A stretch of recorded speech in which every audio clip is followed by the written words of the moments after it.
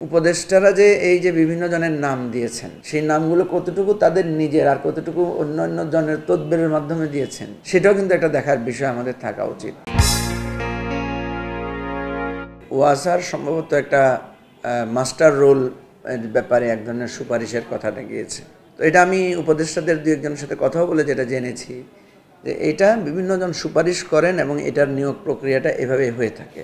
তো যে অভিযোগটা এসেছে যে এখানে যদি কোনো আর্থিক লেনদেন করা হয়, এখানে যদি কোনো ধরনের অবৈধ সুপারিশ করা হয়, আমি কিন্তু নাগরিক পার্টির নেতাদেরকে এটা দৃষ্টি আকর্ষণ করেছি। ওনারা বলেছেন যে ওনারা এই ব্যাপারে সিরিয়াস পদক্ষেপ নেবেন। কিন্তু একটা জিনিস আমি যেটা জানি সেটা হচ্ছে যে আমরা রাজনৈতিক নেতা কর্মী বিভিন্ন দলের যারা আছি, আমাদের কাছে কিন্তু প্রতিদিন নানা ধরনের মানুষ সুপারিশ নিয়ে আসে।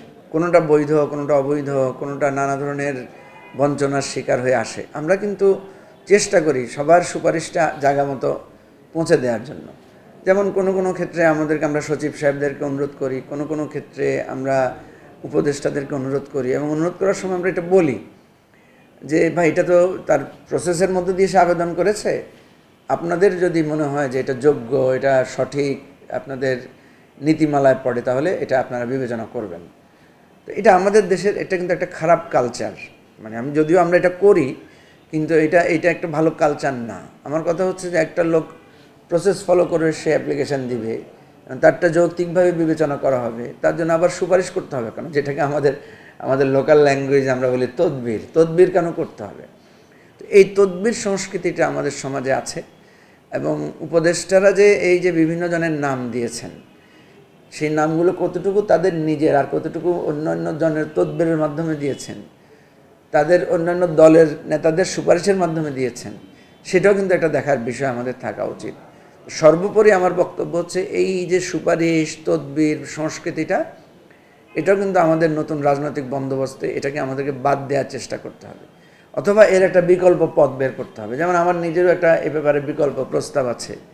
আমি চাই যে তদবির যদি আমাদেরকে করতেই হয়, আমরা কিন্তু এটাকে পাবলিক করে দেব যে আমি কার জন্য তদবির করছি, কারা আমার কাছে তদবিরের জন্য আসছেন।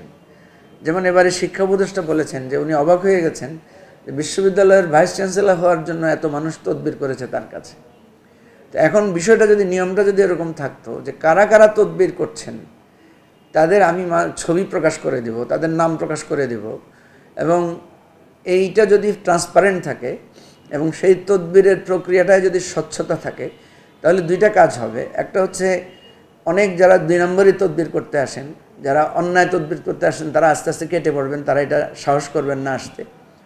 আর যারা একটু ডিগনিফাইড, তারাও মনে করবেন যে আমি কেন অযথা তদবির করব। আর যারা মনে করেন যে খুবই যোগ্য, সাহস আছে, তারাই শুধু তদবির করতে আসবেন। তো এইটার একটা প্রক্রিয়া আমাদেরকে আসতে হবে। এই তদবির সংস্কৃতি হয় একদম স্টপ করে দিতে হবে।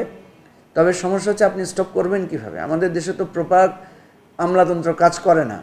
আমি বহু আমলাদেরকেও ব্যক্তিগতভাবে অনুরোধ করেছি, যাদের সাথে বন্ধুত্ব আছে, তারা বলেছে ভাই, আমার কাছে যদি 200টা ফাইল থাকে, আমি কিভাবে প্রপারলি ওয়ার্ক করব? ফাইল জমে থাকার কাজটা, প্রপারলি কাজ না করা এবং দীর্ঘসূত্রিতা, এই জিনিসগুলো আমাদেরকে, আমরা যত বেশি সংস্কারের কথা বলি, এগুলো কিন্তু সংস্কারের কথা না, এগুলো কিন্তু আমাদের যৌক্তিক প্রাপ্য। এই যৌক্তিক প্রাপ্যটা আমাদের হয় না। তো সেই জায়গা থেকে আমি বলবো যে উপদেষ্টারা ওয়াসায় যাদের করেছেন, এটা তদন্ত হতে পারে, একটা ইনভেস্টিগেশন হতে পারে, এবং ওনাদেরকে আমরা তো বলেছি যে বর্তমান রাজনৈতিক বন্দোবস্তের যেটা হওয়া উচিত সেটা হচ্ছে অ্যাকাউন্টেবল থাকা।